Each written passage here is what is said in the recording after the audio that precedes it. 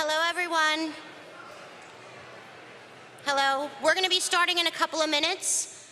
I'd like for you all to know that we plan on filling every seat in the room. So if there are spaces of seats in between some of you, if you can move so that we know where the empty seats are. Kind of like church, right? I appreciate it. We'll start soon.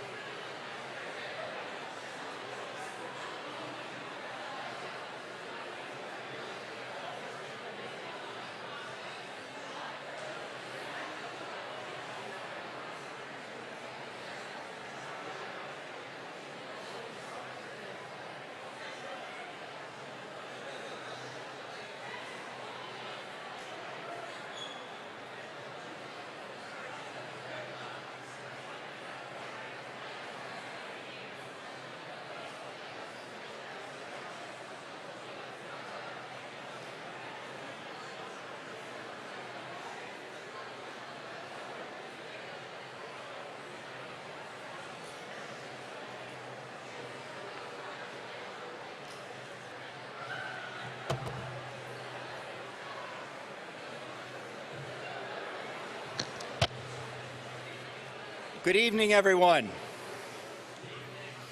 Thank you. Got one good evening down here. Welcome. Appreciate you coming out tonight. I'm Dr. Jeff Gingrich. I'm the Provost and Vice President for Academic Affairs, and I've met only a few of you so far this year. I want to welcome everyone. This is a special evening for us. It's great to do this in person. The last year and a half has been a challenge, and we've done way too much of these kind of things over Zooms, and so it's really wonderful to be together. I know many of you are first-year students, and that means the senior year of your high school experience was particularly challenging. I have not had the chance yet to welcome most of you, and so I want to provide a special welcome to all the first-year students to the University of Scranton. We're very excited to have you on campus. I know you're going to have an exceptional experience here.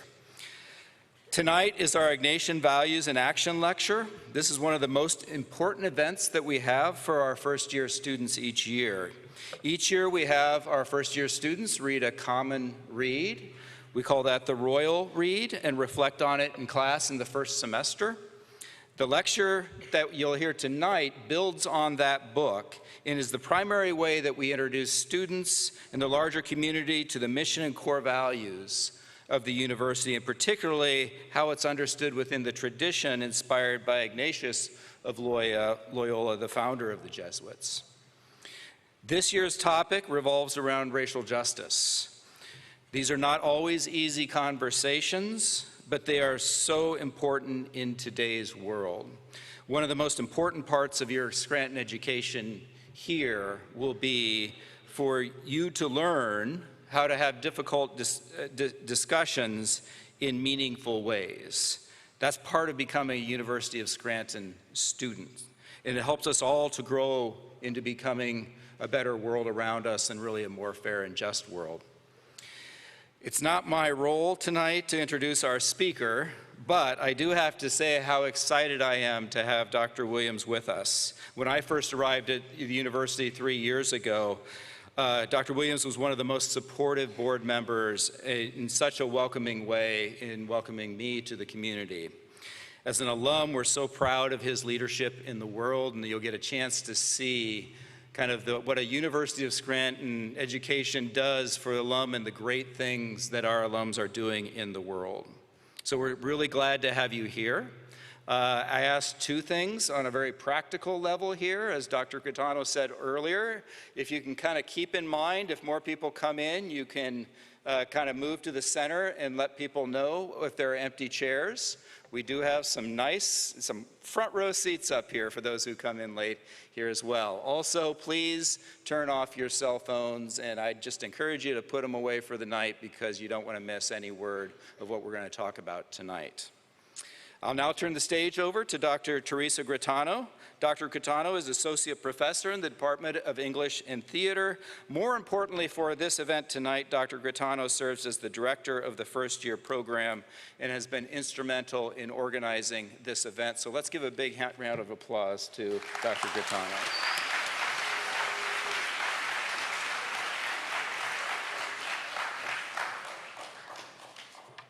Thank you, Dr. Gingrich.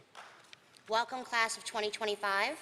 We are grateful to have you with us, not just for this lecture, of course, but also to have you as the new members of our community. For those of you across campus at our satellite locations and those of you streaming from home, thank you for joining us. As Dr. Gingrich said, I'm Dr. Teresa Gaetano. I direct the first year seminar program. Two grounding features of that program are the Royal Read and this Ignatian Values in Action lecture. They are experiences that are shared across all sections and across our campus.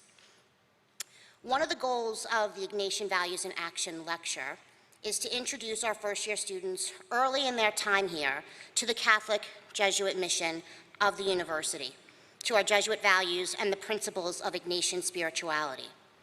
We do this while we invite our entire community into conversations about issues important to our mission and social justice. Another goal is to put in front of you a model of the kind of person we hope you are growing into and the work we hope you are being inspired to do through your education here, which is why this year we're particularly grateful to have with us as our speaker, one of our alumni, Dr. Williams. When we began deliberations to choose our royal read this year, in conversation with our provost, Dr. Gingrich, and the College of Arts and Sciences Dean, Michelle Maldonado, faculty in the first-year seminar advisory committee knew we wanted to choose a text and ultimately a speaker that would allow us to focus our work on issues of race, and in particular the experiences of the Black community in the United States, for reasons that may seem obvious now. Our current historical moment, with the Black Lives Matter movement galvanized by the murder of George Floyd and other Black and brown Americans. But that movement has been in motion for almost a decade now. We felt it would be irresponsible for us not to address race. Still, as Dr. Gingrich said, we recognize that so often resistance to these conversations, especially among college students, stems in part from a lack of practice, guidance, and models. We wanted to take this opportunity to guide students through these conversations while at the same time recognizing we would be learning with you, both as individual educators and as an institution, to address issues of racial injustice as a mandate of our Catholic Jesuit mission. We aim to assist your formation into people for others so that you may form an engaged citizenry that recognizes the work of justice and peace as essential, but rarely easy. We wish that as a community, our minds and hearts will be open to the realities of racial injustice and how it affects most of our relationships, our personal relationships, our relationships in our local communities, including this campus, nationally and globally. As a community motivated by our Catholic Jesuit mission, we are called in a particular way to respond to racial injustice, as challenging as that process might be. Recognizing these challenges, I ask that you attempt to listen tonight to your peer, Ms. Tiana Adams, who I'm going to introduce in a minute, and our speaker, Dr. Williams, with openness, not to agree or to argue with what they're saying, but to hear and to understand. Listen with empathy, imagining what the issue feels like for people with lived experiences different from yours, especially those in communities of color. With humility, to decenter yourself from the issue, and with justice in mind. Even if you have complicated or conflicting positions, think about the issue in terms of justice and reconciliation and our Catholic and Jesuit mission. I now have the pleasure of asking you to give your attention to Ms. Tiana Adams, founding and current president of our Lewis Stanley Brown Black Student Union. Tiana is a senior from Harlem, New York, an honors student majoring in psychology with a criminal justice minor and a legal studies concentration, who plans to attend law school next year and possibly pursue a JD PhD in social psychology. Please welcome Tiana.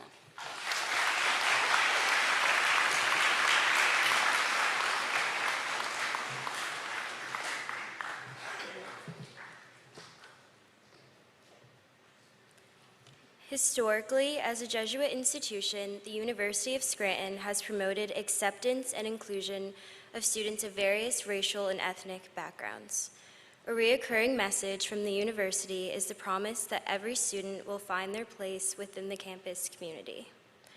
As a senior in high school, I was excited to enter the warm and welcoming community that the university promised would be my home for the next 4 years. Upon arrival, the unexpected reality did not align with my experience as a Black student on campus. I constantly felt like an outsider, misunderstood, and welcomed in the place I had hoped to call home. In the fall of last year, I created the Lewis Stanley Brown Black Student Union because every Black student deserves to have that promise fulfilled, just as any other student on this campus. As stated in the Black Student Union's mission statement, as a Jesuit institution, the University of Scranton promises to uphold cura personalis for every student that decides to attend. And without the Lewis Stanley Brown Black Student Union, that promise will not be kept. Having groups like the BSU allow students who do not usually have a voice to speak out about social injustice they experience within our community.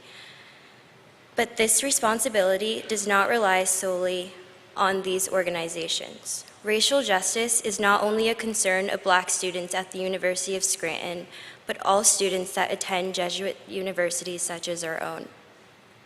Social justice is ingrained in the Jesuit values, but our history does not reflect that. As the president of the Lewis Stanley Brown Black Student Union, I'm excited to say that within the past year, the Cabinet and I have worked on this mission through hosting events that encompass all aspects of Black culture and history. We've brought in speakers of diverse backgrounds and views to campus, and much more. I look forward to working with the University of Scranton to further improve the Black experience on campus, as well as seeing the community uphold the Jesuit values of social justice. Dr. Williams is an American academic, author, and activist. He is a distinguished university chair and professor of history and founding director of the Racial Justice Initiative at the University of St. Thomas.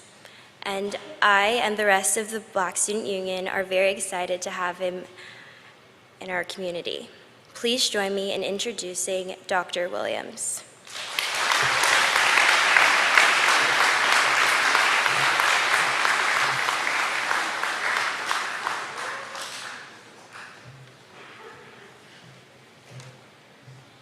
How's everybody doing tonight?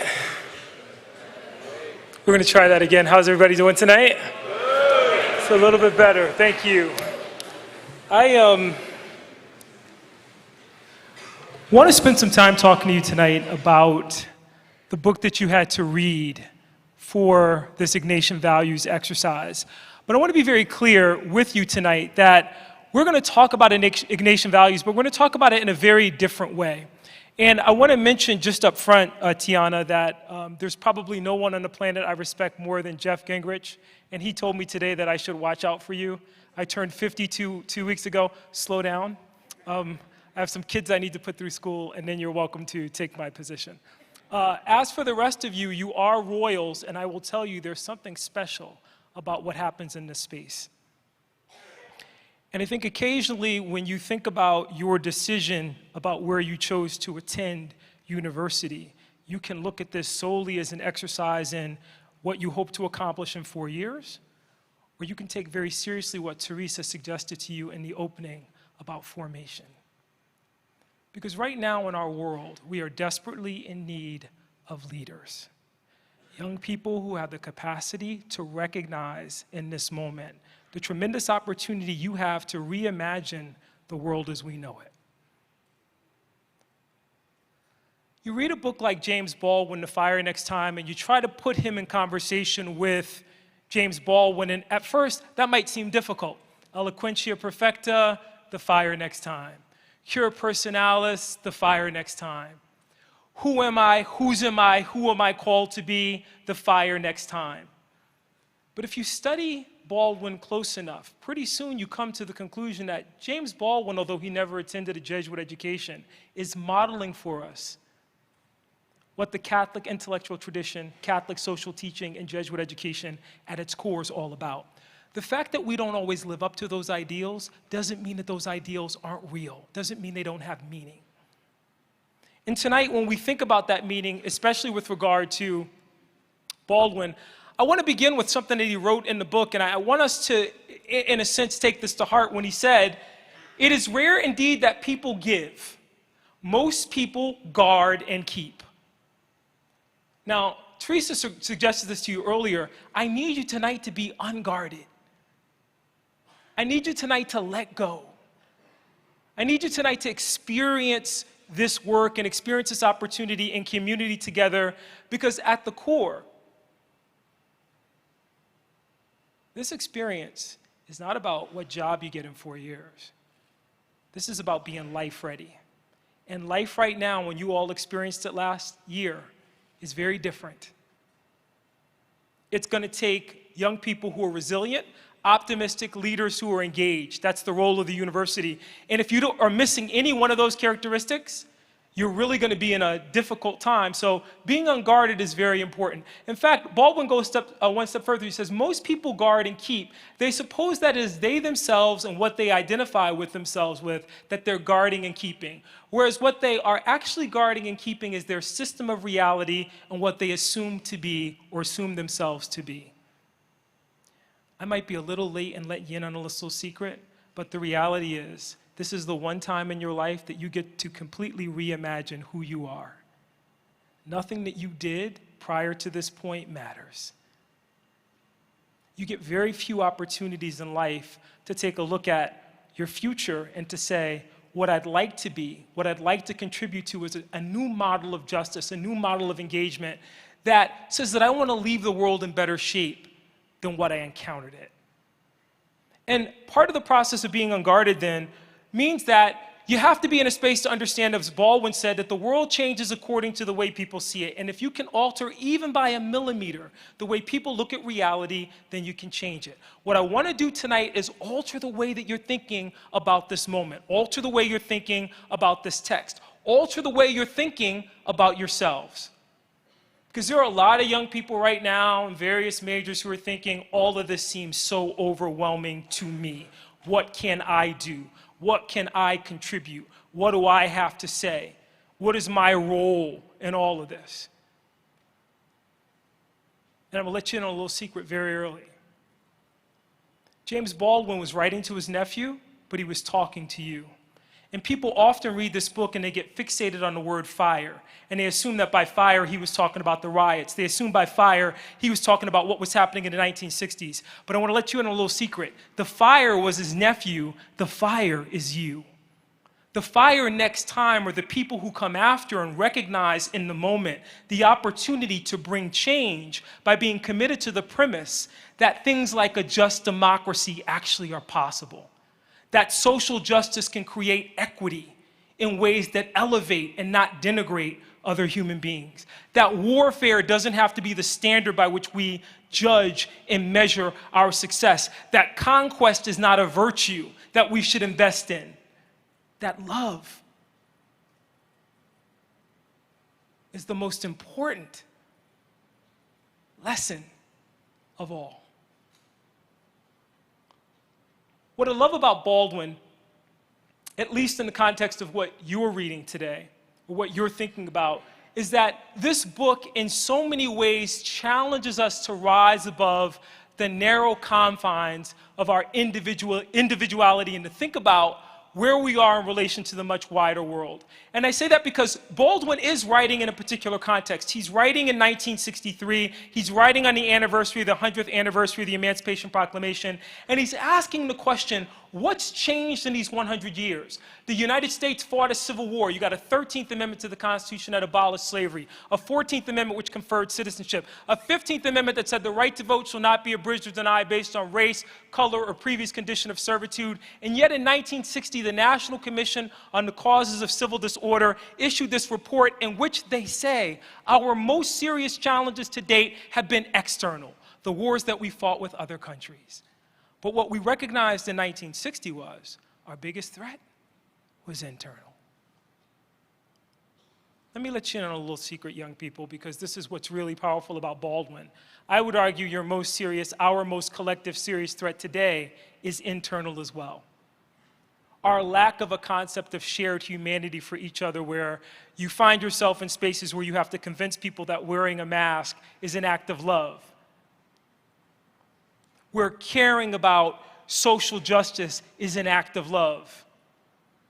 Where putting yourself in a position where you're willing to be vulnerable because you recognize that there's something greater that we all have to give to the struggle is an act of love. Don't lose me here. The commission continues. While threats today are internal, haphazard urbanization, racial discrimination, disfiguring of the environment, unprecedented interdependence, dislocation of human identity, and motivation created by an affluent society, all resulting in a rising tide of individual and group violence. That talking about 1960, but it sounds a lot like 2021. And the reason that should be compelling to us is that if we're talking about issues that rhyme, and if we're thinking about Baldwin writing this to his nephew but actually talking to us, part of what we can think about this in this moment is ourselves as champions of justice in a way that invite us to think about this not as a reading, a first-year exercise, but as a mission statement. The challenges haven't changed. Poverty is with us. Inequality is with us. Environmental concerns remain with us. So the opportunity for you to be a part of that is there. You know, when we think about Baldwin, we often, again, wouldn't talk about him in the context of what we call the 12 characteristics of the Jesuit learning tradition. But if you think about those, he embodies all of them. Pursuit of excellence. Think about the work itself. Baldwin is a phenomenal writer, but he could have made millions of dollars writing about things that would have been divorced from the political realm, and yet he's answering those three questions: who am I, whose am I, who am I called to be, in this way. If I'm a great writer, I have to use my talent in such a way to elevate others. God gave me this gift, and if I'm not using this gift in a way that is allowing people to recognize in my talent an opportunity to make our world better, then I've squandered that gift. Baldwin also says, this is critical, and I want you to think about this in terms of his work, because you're reading it. This phenomenal use of history and a respect for the world. Baldwin recognizes that talking about the United States out of the context of a global context really isn't where we should be. We should be thinking globally. In fact, Teresa mentioned when she was introducing this session today that learning from experience is a key component of the Jesuit tradition. And Baldwin represents all of that. That's the easy part. The hard part is when we reconcile that concept of fire. Because you know, one of the things that I love about the Jesuits, but I'm going to be very clear about this because this is kind of dangerous. When you tell young people to go forth and set the world on fire, you better be very clear with them about what it is you intend for them to burn. I mean, that's really powerful because we hear that, and a lot of people take that language and they assume that it means go forth and set the world on fire, be the best in my industry, be the best in the top of my class, achieve all academic honors, be president of the student body. But I'm going to tell you something that the great Jackie Robinson embodied and said in his lifetime, which is this: a life is not important except in the impact it has on other lives. Your measure for greatness ultimately will be not what you accomplish, but what you leave in your wake. As you're reading Baldwin, one should also reflect on this idea that, to be clear, we're not talking about the flames of disruption and destruction, but the illuminating light of peace and justice. Because flames can be destructive, but flames also light the way. So if you're thinking about being a flame or being on fire for justice, this little light of mine, I'm going to let it shine. How can you lead others in a way? How can you be a leader in spaces in which you have influence that ultimately your contribution is to illuminate and elevate in the process? In fact, a light that can be seen when in a moment, so much of what we're dealing with is unseen, devalued, or flat out ignored. This is, without question, an exercise in faith as defined in Hebrews 11:1. Faith is the substance of things hoped for and the evidence of things not seen. But who brings those things to light? Those who bring the fire, those who bring the passion. What James Baldwin is attempting to awaken in the stomach, in the belly of his nephew James, is a fire and a compassion for justice, a realization that his life is dependent, ultimately, not on simply understanding the racial landscape in America, but understanding that there is an interdependence of experience that commits all of us in a tangible way to be concerned about, to be interested in, to be invested in, to be compassionate for others.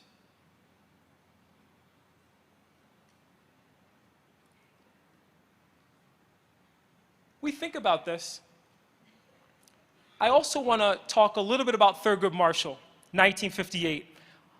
Shortly after the Supreme Court's decision in Brown versus Board of Education, Thurgood Marshall is given a definition of what education is. All of you are at university, and so I'm going to talk about Jesuit values today. I'm going to talk about Ignatian spirituality. I'm going to talk about all that. But I want to begin with Thurgood Marshall in this moment of integration, where they're asking Thurgood Marshall, what's the purpose of education? And Marshall responds, education is not the teaching of the 3 R's. That's not what you're here for. That's never what it's been about. Education is the teaching of the overall citizenship, to learn to live together with fellow citizens and above all to learn to obey the law. He continues, I do not know of any more horrible destruction of the principle of citizenship than to tell young people that those of you in Little Rock that withdrew rather than go to school with black kids, come back, all is forgiven, you win. He was responding in that moment to massive resistance. This effort in the aftermath of Brown versus Board of Education, where you literally had white parents and white students in states across the nation saying, rather than integrate, we would rather separate. And Marshall said something here that's really powerful in our contemporary moment, because he says, look, I don't worry about the black kids' future. In fact, I want to read this to you directly. Therefore, I'm not worried about the black kids in these states. I worry about the white children in Little Rock who are told as young people, listen carefully, that the way you get your rights is to violate the law, defy lawful authorities. I'm worried about their future. I don't worry about black kids' future. They've been, listen to the language, struggling with democracy long enough. What does he mean by struggling with democracy? The images tell the story. What does it feel like to live in a society in which your founding documents say we hold these truths to be self-evident, that all men are created equal and endowed by their creator with certain, and then you have a national Black Lives Matter movement where people have to literally say Black Lives Matter because you're not living up to the values that are expressed in your core documents? What does it mean for people to say, look, we should have freedom of speech in our country, and yet when a professional athlete takes a knee and says, I'm doing this because I believe injustice is existing in spaces and I'm trying to elevate and use my platform to make that known, and people say, shut up and play basketball, shut up and play football. This is not the space for that. If that's not the space, where is the space?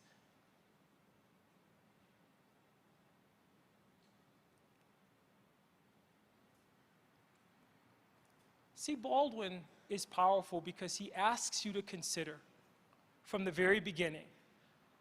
This whole process of education is a journey. In fact, Baldwin puts it this way.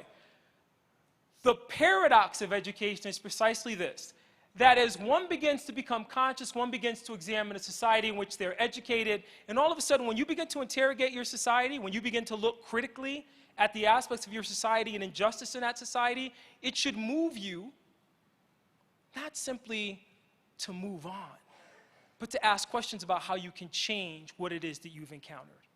Where are my nursing students? Raise your hand. Nursing, public health, community health. Put them up nice and high. I want to see your hands. See, I want to talk to my nursing students for a minute because there's this thing called social determinants of health. Ha ha. Social determinants of health is a conversation about how those things that have nothing to do with what you put in your body or how you take care of yourself impact your health outcomes. Where you live, your zip code, genetics. And these are things that have a history attached to them. And if you don't understand that and you're thinking about trying to revolutionize or think about creating access to care that puts people in the best position to be able to receive care in a way that would be transformative, then you got to deal with those social determinants of health, which are bottomed on conversations about racial injustice, gender inequality, and a host of other issues that we don't want to tackle because in our education we're like, well, it's just about the quiz on Tuesday and not what I'm going to do with this degree 3 years from now. Ask the questions now. Be unguarded in this moment. Be in a space to ask questions about what it means to be a nurse in a moment of Black Lives Matter. Everybody follow me? Where are my political science majors at? Get them up high. Can't see your hands.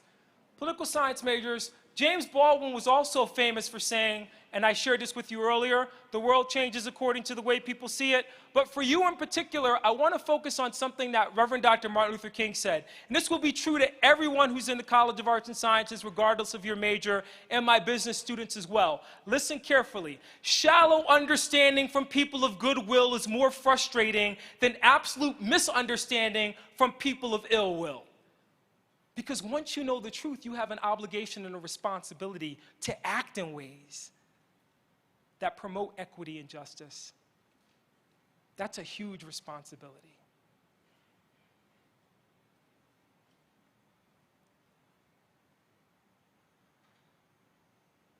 You know what happens when people don't live their values? Minneapolis happens.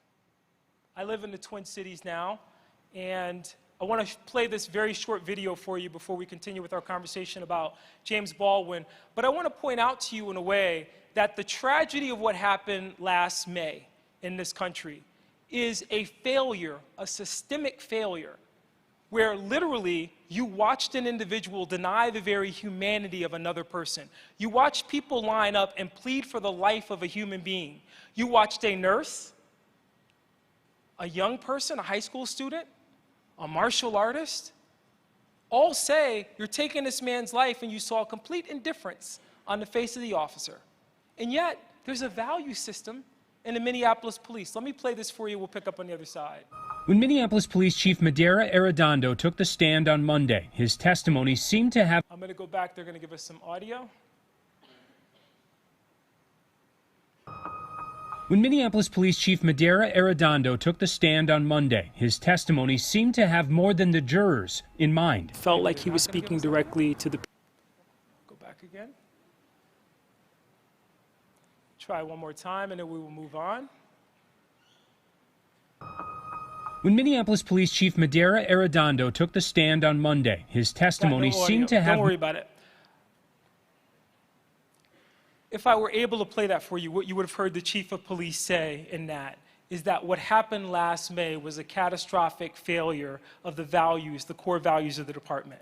They said, well, what are the values of the department? To protect and serve. Nothing that we saw on that video looked like protecting and serving.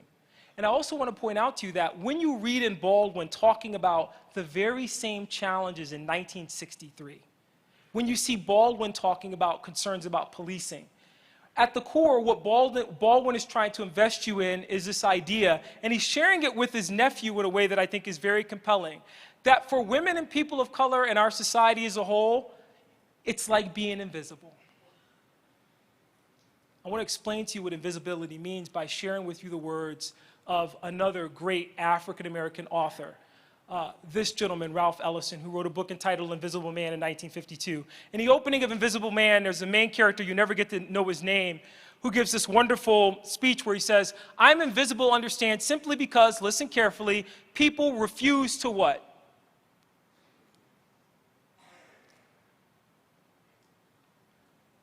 I was in Minneapolis when George Floyd died. I want to be very clear with you when I say that if it wasn't for the cell phone video that was taken by that young woman, the official account of what happened that night was completely different from what we all saw on tape. If not for that videotape, if not for that cell phone footage, it would have been a very different discussion about what happened on that day. He was invisible.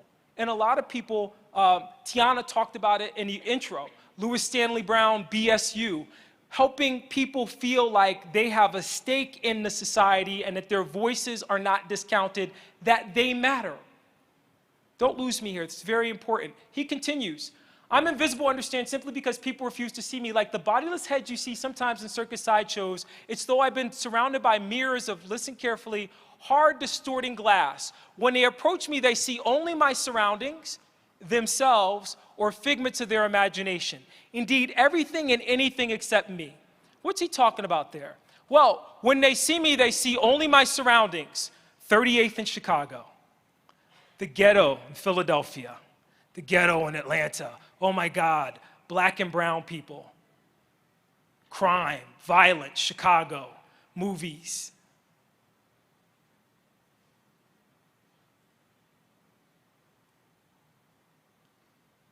themselves. How do I feel in relation to this person? Because this person makes me uncomfortable. And we could be talking about this with regard to African American, we could be talking about this with regard to Latino, we could be talking about this with regard to LGBTQ, but the question is, how does it feel for the person on the other side who's made to feel invisible? And then more importantly, if we wind up in the classroom as that person's teacher, or if that person winds up in our emergency room, or if that person winds up in our financial services office, or if that person winds up at our law firm, or if that person winds up being our employer, engaged with us in some enterprise where it will require our shared energies in order to make something happen, how can we be present in a way if we're operating from that fear? He continues. Indeed, they see everything and anything except me. I remember that I'm invisible and I walk softly so as not to awake the sleeping ones. Sometimes it's best not to awaken them. There are few things in the world as dangerous as sleepwalkers. Do you want to know why those t-shirts that Black Lives Matter activists sometimes wear say stay woke?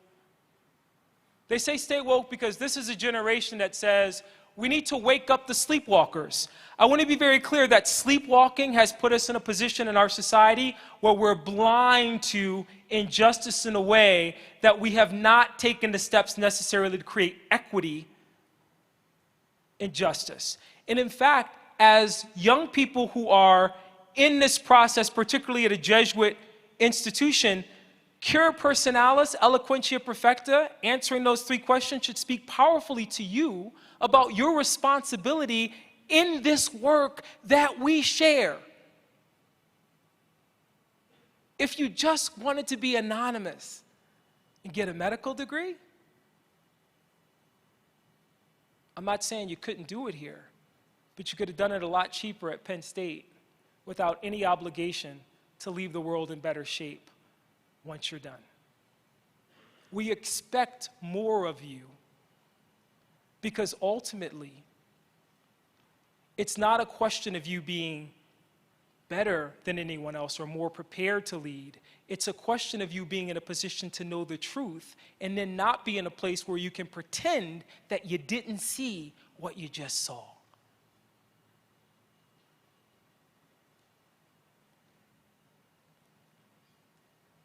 Dr. King put it this way: sincerity and conscientiousness in themselves are not enough. History has proven that these noble virtues can degenerate into tragic vices. Nothing in the world is more dangerous than sincere ignorance and conscientious stupidity. Devoid of intelligence, goodness, and conscientiousness will become brutal forces leading to shameful crucifixions. Never, he says, the church, but I say we, must we tire of reminding individuals they have a moral responsibility to be intelligent. And when we talk about that moral responsibility to be intelligent, that moral responsibility to be intelligent doesn't end with the pursuit of knowledge itself. It requires action. If we think about this in relationship to Catholic social teaching, and I put a very simplistic guide up here to you to the principles of Catholic social teaching, then it would require us to think about social justice and charitable works as the steps we take to demonstrate not only that we have the knowledge, but we're ready to take steps to make a difference. And I'm going to let you in on a little secret. I'm going to put Tiana on the spot here. If you're waiting around for that degree to make a difference, you waited too long.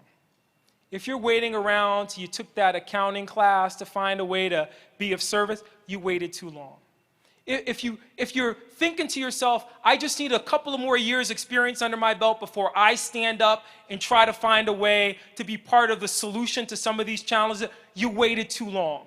If you're thinking, well, in 5 years after I have my biology degree, I'm going to be the person who figures out how to deal with environmental justice, or I'm going to solve the issue of water, or I'm going to go back to the city that I'm from, you waited too long. Because the reality is the world needs you now. Right now, and this was in Baldwin's world too, so you're not unique. You see models of leadership all around the country, all around the world, of people who are not invested in any way in the people whom they claim to serve. But if you read the Bible, and Baldwin certainly talks about this, as does Reverend Dr. King, there's this whole meditation about he or she, they among you that will be great, will be your servant. And they will be your servant in multiple ways that pivot around these concepts of Catholic social teaching. Number one, in the recognition of human dignity. Number two, in an observation and a push for common good. In solidarity. You know, it's so funny to me because we turn this into rocket science, young people, but I'm going to be very clear. Solidarity simply means that if you witness an act of injustice, you don't stand by and be a bystander, you find a way to be an upstander. Upstand for something that matters in a way where people can't deny that when you're there, what they'll remember is you stood for justice. Stop pretending that you don't have a voice. Stop pretending that you don't have agency. Stop assuming that this whole enterprise that we're engaged in is about what happens, as I said earlier, at the end of this quest, because ultimately, if you think about this from the standpoint of Jesuit education, you've got to go back to people like Father Pedro Arrupe, 1973 in Spain, Valencia, Spain. People use words today like privilege and they think that this is a new discourse. But in 1973, here's Father Pedro Arrupe talking about the responsibility of being men and women for others. What did he say? Let there be men and women who will bend their energies not to strengthen positions of what? But to the extent possible, reduce privilege in favor of the underprivileged. Please do not conclude too hastily that this does not pertain to you. That you do not belong to the privileged few in your society. It touches everyone of a certain social position, even though only in certain respects, and even if we ourselves may be victims of unjust discrimination by those who are even better off than ourselves. Let me be very vulnerable with you and talk about this in terms of my own experience. I have been very privileged in the education that I have received. It began in these spaces and the people who invested in me, and I am grateful for what they did. But I will also say that as a professor, I have a voice, and I was going to leave Minnesota before George Floyd was murdered. I'd taken a job at another institution, and then when George Floyd was murdered, I had an opportunity to start a racial justice institute in Minnesota, and now I'm in Minnesota because that's where the need is. That's where the wound is.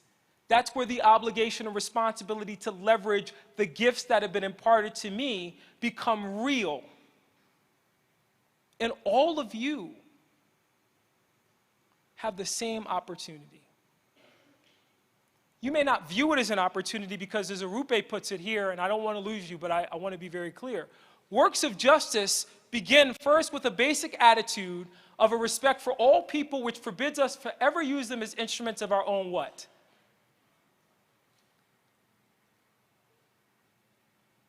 I've never used anyone as an instrument of my own profit. I would never do that. Are you concerned about the dignity of workers? Are you interested in the minimum wage and the fight for 15 or 16 in some communities? Are you worried about the people who are on the front lines as we battle COVID-19, as they put signs up in the Starbucks that we all go to that say, please be patient, the whole world is understaffed right now, and wonder about the people who don't inhabit the privileged spaces that we do at universities, to be concerned about their conditions?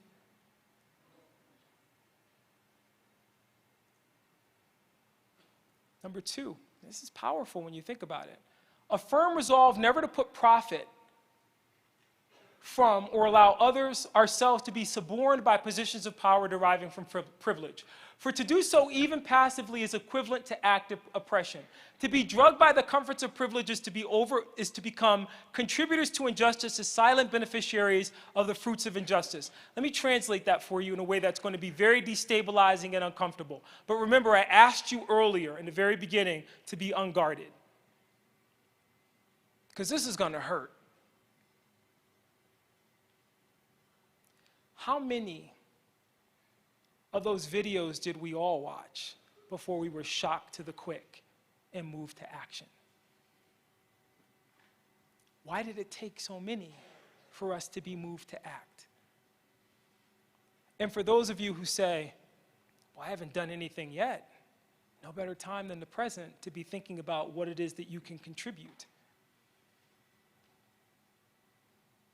Third, an attitude not simply, listen carefully, young people, I'm almost done. I know you're tired. I know you got to get home. I know you got quizzes to study for and all that stuff. I was here, I know. Number three, an attitude not simply of refusal, but of counterattack against injustice. That means you have to act. A decision to work with others toward the dismantling of unjust social structures so that the weak, the oppressed, the marginalized of this world may be set free. That's what you signed up for when you signed on for a Jesuit education. That's not a passive education, and that's not an education that waits for you to be ready. That's an obligation, that's an education that places obligations on you from day one to be thinking differently about what you bring to various discourses and various struggles for justice that begin with this campus, but end in every corner of this earth.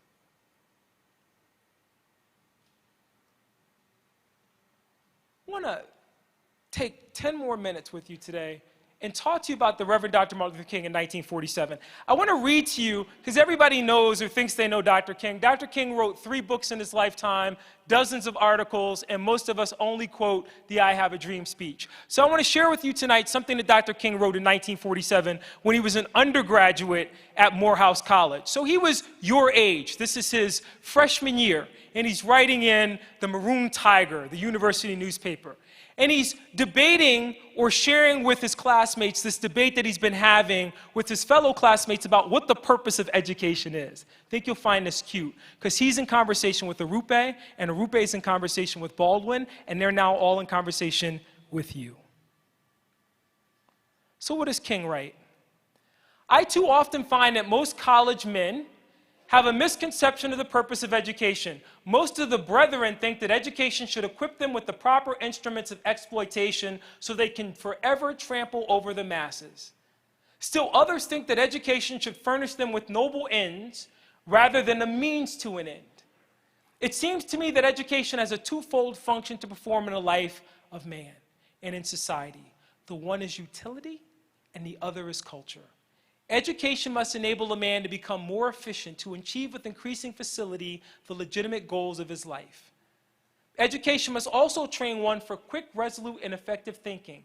To think incisively and to think for oneself is very difficult. We are prone to let our mental life become invaded by legions of half-truths, prejudices, and propaganda. Now, the gendered language is bothering me too, but Morehouse is an all-male college, so we'll give King a little bit of a pass there. Last line. At this point, I often wonder whether or not education is fulfilling its purpose. King continues. The function of education, therefore, is to teach one to think intensively and to think critically, but education which stops with efficiency may prove to be the greatest menace to society. The most dangerous criminal may be the man gifted with reason, but with no what? Don't lose me here, young people, because I'm going to tell you where King concludes, and it's going to make all of us uncomfortable. King says, ha ha, if we're not careful, our colleges will produce a group of closed-minded, unscientific, illogical propagandists consumed with immoral acts. I read that, and I think about leadership. I'm not putting any labels on it. I'm just talking about where we are in our nation right now, and I read that, and I think about some of the discourse, and I say, Dr. King in 1947 must have been a very wise and astute student to pick up on that in such a way that he was committing his classmates in a very tangible way to say, what are we going to do about this? We're not waiting for someone else or the next class. What are we committing to today? What fire are we setting in ourselves?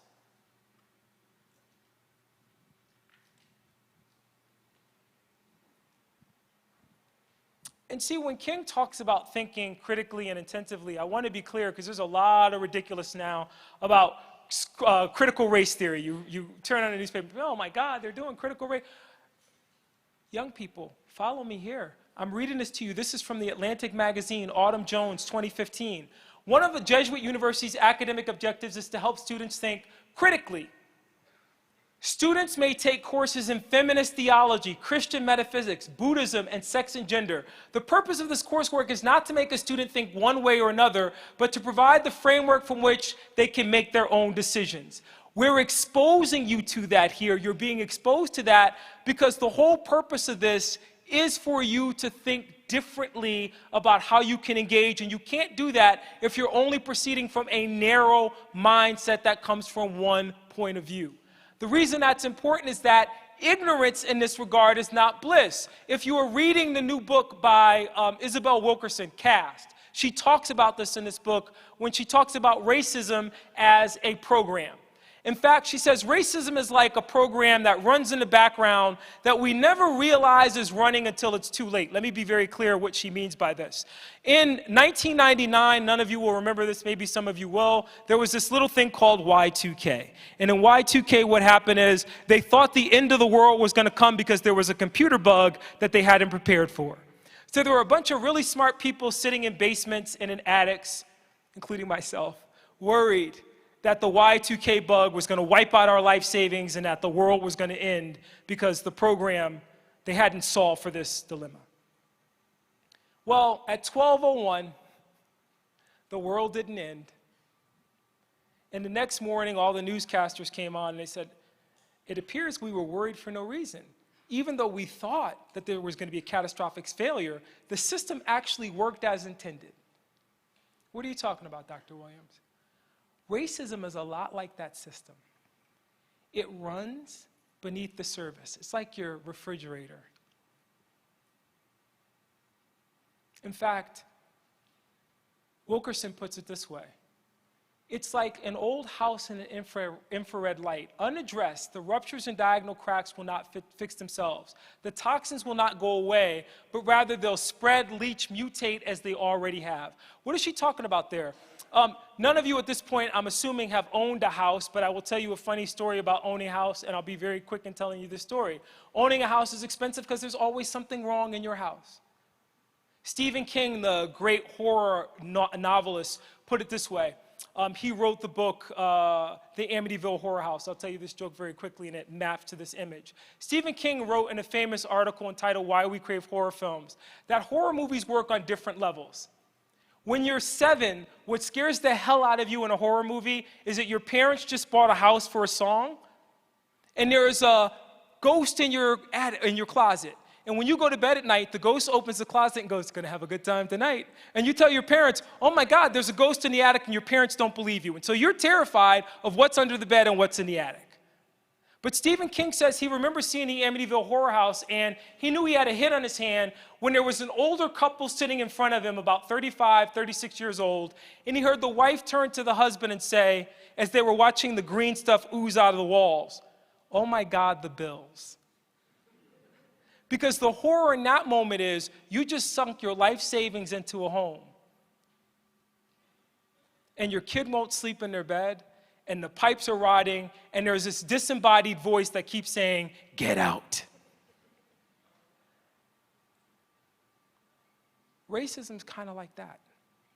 It operates on different levels. Sexism is kind of like that. It operates on different levels. Economic injustice is kind of like that. It operates on different levels. Environmental alienation is kind of like that. It operates on different levels. In fact, one of the things that I love about Wilkerson is she concludes, live with it long enough, and the unthinkable becomes normal. Pretty soon, you become blind to the thing in your attic. That's fine.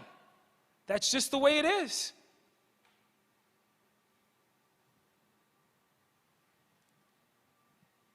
Pretty soon you don't recognize the recurring American nightmare. This is a cartoon from 1965, famous image of an Alabama state trooper wiping off his nightstick after clubbing an African-American protester. Next to it is an image from Black Lives Matter that shows, I don't know if we are going to get that back. Gentlemen?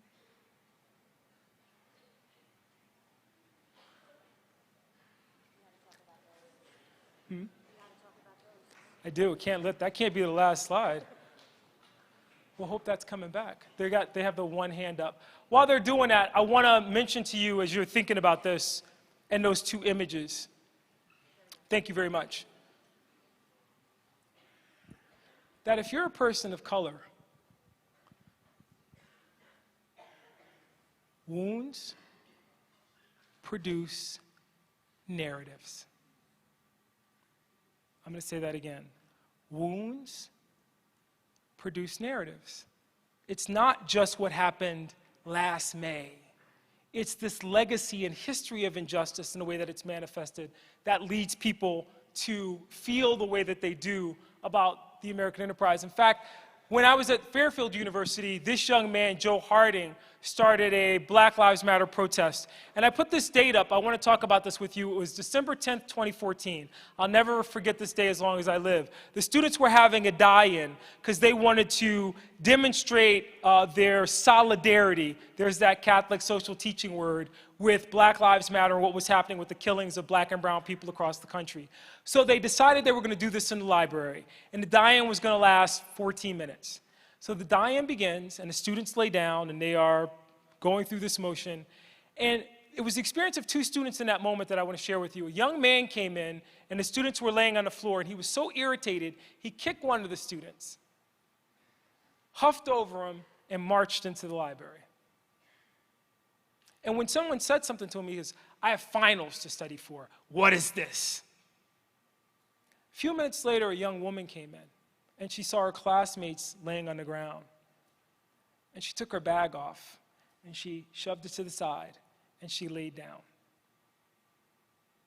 I went up to her after, and I said, "Did you know that this protest was today, and did you know what was going on?" She said, "No, but there was no way that I was going to step over them. They seemed like they were in pain and hurting, and I felt that this was my way to show that I understood, or at least I should try to understand."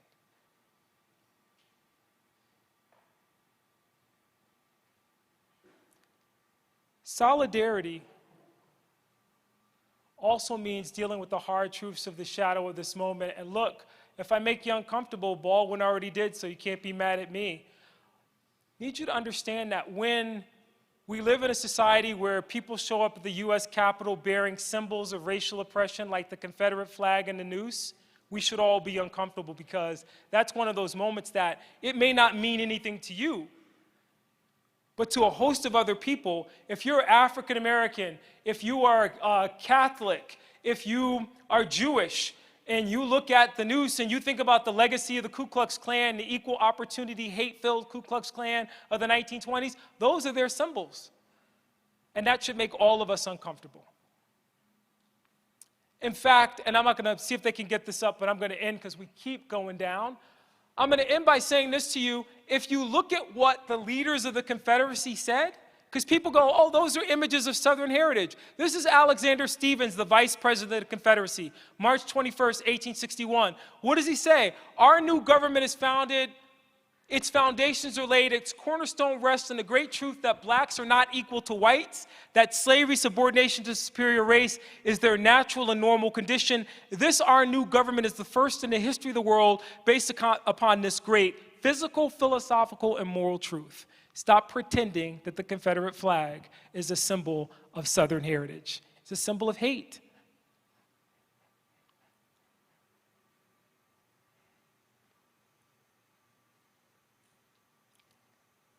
And that's not critical race theory, because I just read to you from the document where the vice president of the Confederacy laid that out for you in plain English. That's how they define their government, and so we can't come in later on and say, "Oh, it really wasn't about that." What does all this have to do with Baldwin, and how does this all tie to Catholic social teaching, and why are we doing all this, and why are we spending all this time in this way? When I was here, there were very few faculty of color. In fact, there were no faculty of color. In fact, there were very few students of color. And so my experience in this space and learning this history for the first time came as a result of my encounter with the two faculty members you see here, Stephen Casey in English and Dr. Susan Polson in history. Dr. Susan Polson and Dr. Stephen Casey both kept assigning me books that weren't in class. And one day when I went to Dr. Polson's office and she gave me Shelby Steele's The Content of Our Character, she said, "Uhuru, I want you to write something in this book, and I never want you to forget this. Follow truth." Well, in that moment, I thought that truth meant that there was a truth, a single truth. And so for a long time, that defined the way that I thought about this. But what I realized much later on is that it's not a question of truth, but truths. that everyone has some experience that they need to share, and in sharing that truth or speaking that truth, we learn more about what it is that we have to conquer collectively. In fact, when we think about it that way, it reminds me of what Curtis DeYoung argued when he says reconciliation occurs not between people who are at a disadvantage, but between people who are equals. So give me 3 minutes to wrap up by telling you this story, and I promise we will be done. How many of you know the story of the prodigal son? World changes according to the way we see it, and if you alter even by a millimeter the way you look at reality, you can change it. Let me tell you this story from a different perspective. You know, in that story, the way it's often told is that one son goes off and wastes his inheritance. But I want to share with you that there's another person who's in danger of being lost in that story, and it's not the son that ran off. If you read the second half of the story, it begins here at 25 in Luke. Meanwhile, the older son was in the field, and when he came near the house, he heard music and dancing. So he called one of the servants and asked him, "What's going on?" "Your brother has come home," he replied, "and your father has killed the fatted calf because he has him back safe and sound." The older brother became angry and refused to go in. So his father went out and pleaded with him, but he answered his father, "Look, all these years I've been slaving for you and never disobeyed your orders. Yet you never gave me even a young goat so I could celebrate with my friends. But when this son of yours who squandered your property comes home, you've killed the fatted calf for him." "My son," the father said, "you are always with me and everything I have is yours. But we had to celebrate and be glad because this brother of yours was dead and is alive again. He was lost and is found." Why am I sharing this with you? Because I want to be clear. The person who's also in danger of being lost in that moment is not the son who disappeared, but the son who's been there the whole time, who's so angry about. But I also want to be clear that he has to share his truth. He needs to speak his truth. Once he speaks the truth, puts the father in a position to reconcile it. When we talk about people speaking their truths, I live in Minnesota, in a state where there are a large number of indigenous people. I think about people like Chief Joseph in 1877, who said, words do not pay for my dead people. Words do not pay for my dead people. They do not pay for my country, now overrun by white men. They do not protect my father's grave. They do not pay for all my horses and cattle. Good words will not give me back my children. Good words will not give me my people good health and stop them from dying. Good words will not get my people a home where they can live in peace and take care of themselves. I'm tired of talk that comes to nothing. I should not be able to quote that to you from 1877 from another experience in a conversation about racial justice and social justice and find him in dialogue with James Baldwin. I also want to say to you as we think about this, and I'm not going to do Chief Joseph or any of these because we are running out of time. Sorry. That when we talk about the problem of invisibility, and I said I was going to hit hard tonight, but I can't hit any harder than James Baldwin. We all watched what happened with Gabby Petito. But in Minnesota, the conversation was around all the missing indigenous women whose stories never make the headlines. All the missing people of color. In fact, if we're going to look at this from a biblical standpoint and we talk about wounds produce narratives and we understand this, we take another Bible verse. Jesus told them in this parable, suppose one of you had 100 sheep and loses one of them. Doesn't he leave the 99 open in the country and go after the lost sheep until he finds it? In this country, we've proven again and again, even in the aftermath of George Floyd, that the only time we do that is when it's a person of a certain shade. What did we learn from last year if we can look at slides like this and have experiences like this and not be overcome and say, what changes have we made substantively where we demand better of ourselves in a way that we think about engaging with others? I want to conclude with you on this note then, because James Baldwin says, I imagine one of the reasons people cling to their hate so stubbornly is because they sense once hate is gone, they will be forced to deal with pain. What is Baldwin talking about there? Well, what he means is simply this. I want you to take a look at this slide. This is an organization called the Niagara Movement. This is their Declaration of Principles from 1905. So this is more than a century before our contemporary moment, obviously. And what were they talking about in 1905? Look at point number 1.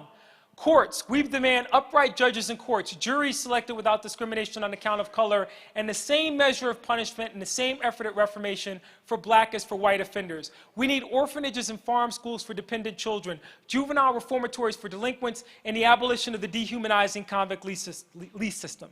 Look at the last one, health. We plead for health and opportunity to live in decent houses and localities, for a chance to rear our children in physical and moral cleanliness. I'm going to say this to you again, and I asked you to think about this in a larger context. I should not be able to quote these things to you from more than a century ago, and they echo so powerfully in our contemporary moment, if they're not still issues and they don't still present challenges and opportunities for you to help us overcome.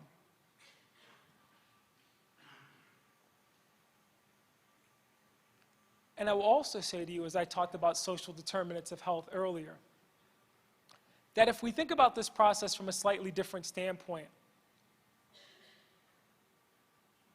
what does it mean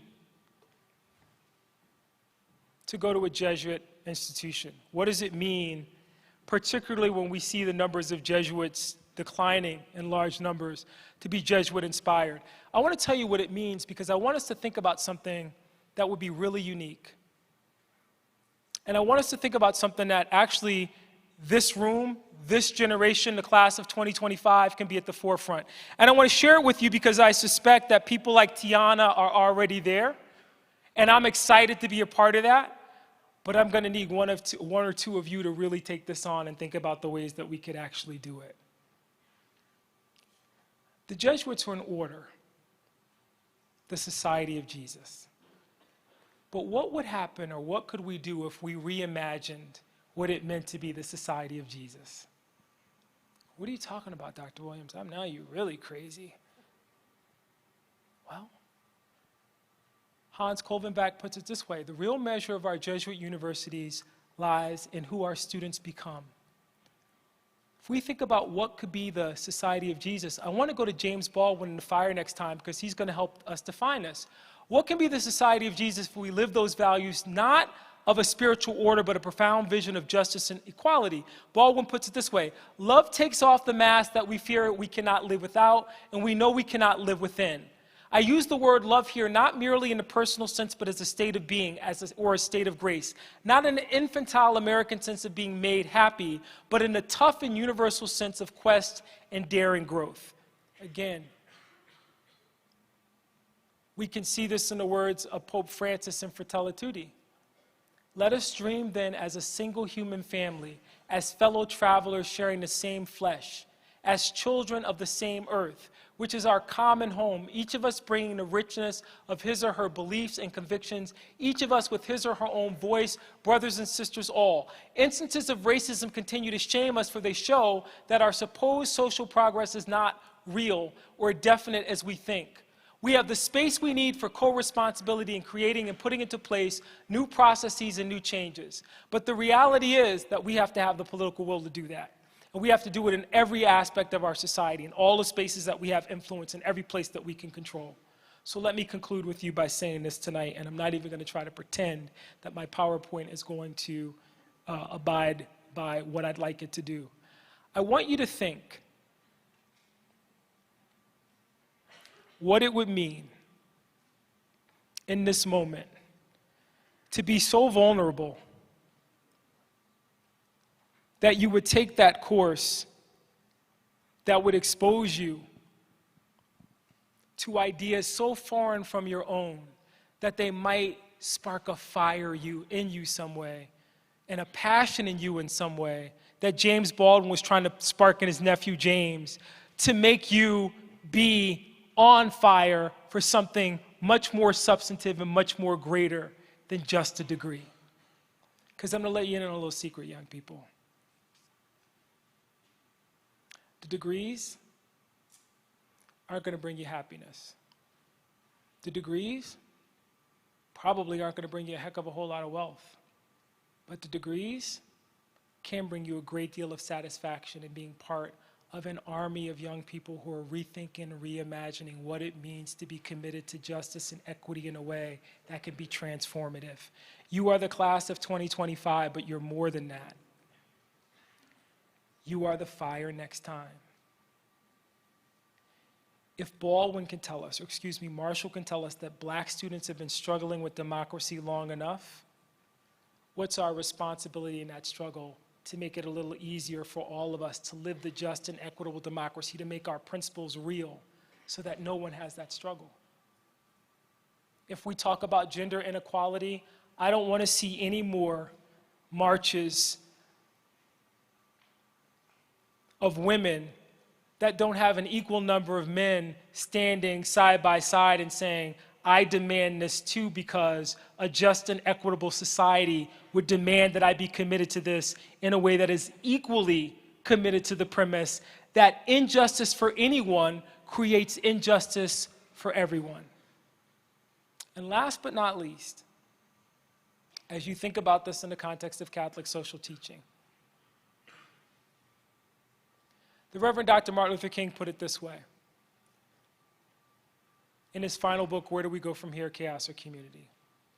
They asked King, where did the civil rights movement go wrong, Reverend King? And Reverend King said, well, the movement didn't really go wrong, but we made some mistakes. And the biggest mistake that we made was this.